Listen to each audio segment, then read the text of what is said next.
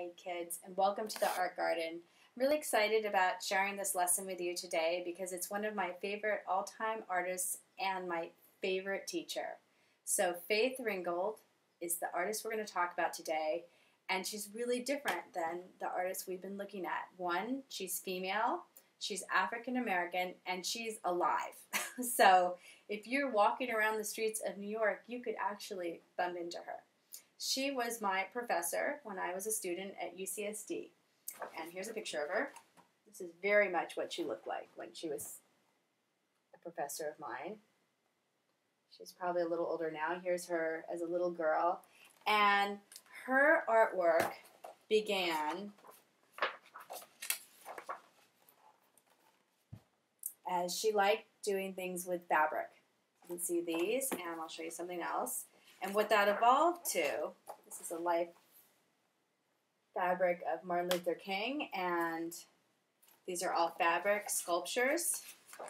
It turned into quilt making as art. And she created story quilts. And here's another one. And they started to evolve to really tell a story. Lots of times about history, lots of times about politics, and lots of times about what it's like to be a woman and what it's like to be an African American in African history. Here, this is one called Dinner at Aunt Connie's Table, in which a lot of historical, famous African American people are sitting and having a meal. And where she went from these quilts, which are displayed in museums, specifically in New York, she started to create children's books because her quilts were telling a story.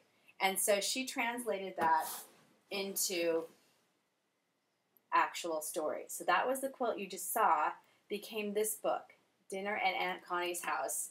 And you can see the paintings are similar in style to what you see on the quilt. Here are children looking at the paintings that came to dinner. This is a wonderful book. Actually, all her books are wonderful. They're historical, and the artwork is spectacular. It's really an example of how sometimes artwork in children's books is real fine art. One of my favorite books that she wrote was from a story quilt called Tar Beach, and you can see this was the story quilt. Here's the quilt around the top. These quilts are very big. You could actually take a nap, I'm sure, with one of her quilts.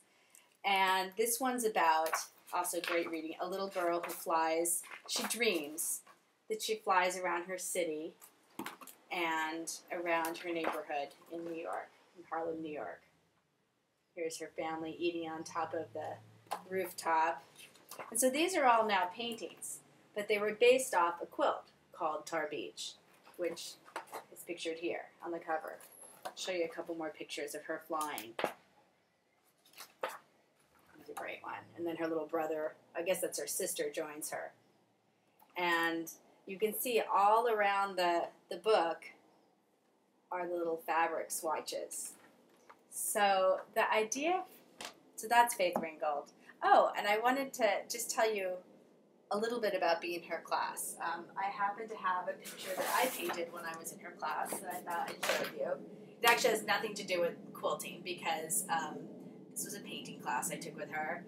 And at the end of the lesson, I'll tell you some of the things that I learned from her. But I want to get right to our project. So for our project, we're going to make our own story quilt.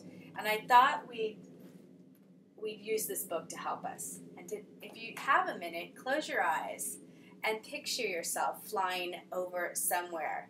It can be your city. It can be, you might live in the country. It can be anywhere that is special to you. It can even be imaginary. So take a minute, and you can even pause the video, and really get an image of where you see yourself flying. Okay, and then what you're going to do is take your paper. You see I've marked out a space in the middle for the picture part.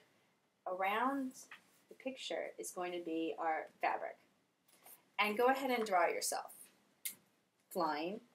So I'm going to be doing this quick. You know, here's just the beginning of the legs, the arms, flying over something. And in my case, let's see, I'll make it my house. And this one, some houses, maybe where I grew up. Now, I am not going to do a detailed drawing because of the fact it would take a long time. But what I'm using for this drawing is I'm just using markers, and I might want to even use some colored pencils or crayons or even watercolor. So you can decide how you want to draw your picture. But let's say this was a beautiful picture that was done.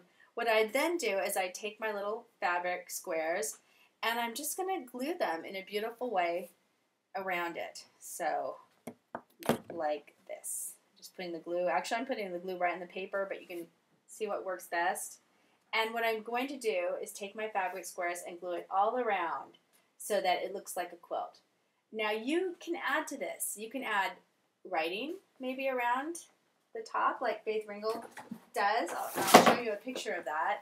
In some of her quilts, she'll put writing. And then this one, she actually used her own photographs. There's so much you can do with an inspiration from this artist. And I'll show you one I did very quickly as a sample. There's me over the ocean. Not the best drawing, but I just did it a few minutes ago. But you can get an idea of how this might turn out. So I can't wait to see where you guys fly and the different fabrics that you use. And I told you I'd tell you at the end some things I learned from Faith Ringold in her class. So the first one was to work hard. You did not show up at her class without your work done, because I did once, and it was a horrible day for me. I was so embarrassed because she really took her art seriously. To work hard, to really spend a lot of time on art or whatever you love, sports, writing. The second thing was to take what people say about your art and learn from it. Sometimes that's hard to do. And there was a third thing. I'm gonna have to get back to you on the third thing. I thought about this before, but those are the two main things I learned from her. Oh, I know the third thing was to be passionate, to work hard, to be passionate, and to listen to feedback. So have a wonderful day. I would love to see these. So I hope you enjoy doing them as much as I enjoyed sharing this lesson with all of you. Thank you.